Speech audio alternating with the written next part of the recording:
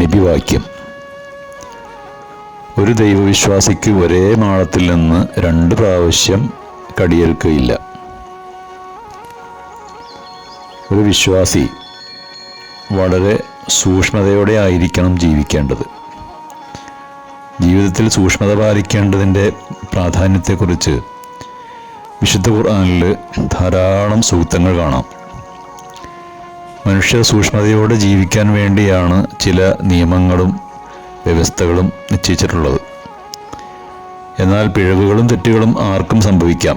പക്ഷേ ആ തെറ്റുകൾ ആവർത്തിക്കുക എന്നത് ഒരു വിശ്വാസിക്ക് ചേർന്നതല്ല. തൻ്റെ മുമ്പുണ്ടായ അനുഭവങ്ങളിൽ നിന്ന് പാഠം പഠിക്കുകയും അലസതയോടെയും അലംഭാവത്തോടെയും കാര്യങ്ങളെ സമീപിക്കാതിരിക്കുകയും ചെയ്യുന്നവനായിരിക്കണം വിശ്വാസി.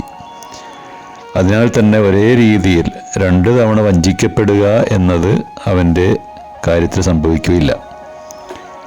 ഈ കാര്യം ഒരു ഉപമയിലൂടെ പഠിപ്പിക്കുകയാണ് നബി തിരുമേനി.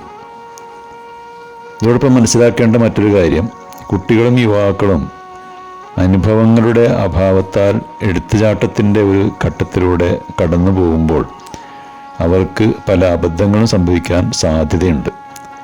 പക്ഷെ അവർ നിരാശപ്പെടരുത്. അവയെല്ലാം നാളെ തൻ്റെ ജീവിതത്തിൽ ഉപകാരപ്പെടുത്താവുന്ന പാഠങ്ങളായിരിക്കും. ആ മാളങ്ങളിലൊന്നും ഒരിക്കൽ കൂടി നിൻ്റെ കാൽപാദങ്ങൾ വീണുടയാതിരിക്കട്ടെ.